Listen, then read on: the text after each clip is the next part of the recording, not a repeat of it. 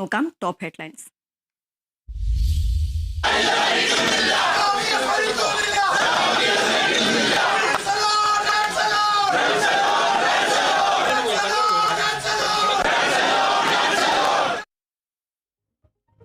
വിപ്ലവ സൂര്യന് വിട നൽകാൻ കേരളം. രാവിലെ 9 മണി മുതൽ ദർബാർ ഹാളിൽ പൊതുദർശനം. ഉച്ചയോടെ വിലാപയാത്രയായി ആലപ്പുഴയിലേക്ക് കൊണ്ടുപോകും. പ്രിയ നേതാവിനെ ഒരു നോക്ക് കാണാൻ തലസ്ഥാനത്ത് ജനപ്രവാഹം.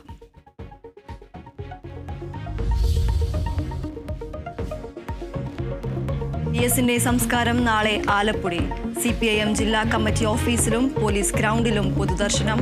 സംസ്കാരം വൈകിട്ട് 4 മണിക്ക് വലിയ ചുടുകാട്ടിൽ. സംസ്ഥാനത്ത് ഇന്ന് പൊതു അവധി. 3 ദിവസം ഔദ്യോഗിക ദുഃഖാചരണം.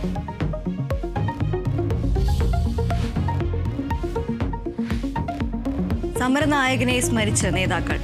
അടിച്ചമർത്തപ്പെട്ടവന്റെ ഉന്നമനത്തിനായി ജീവിതം മാറ്റിവെച്ച നേതാവെന്ന് രാഷ്ട്രപതി ദ്രൗപദി മുർമു.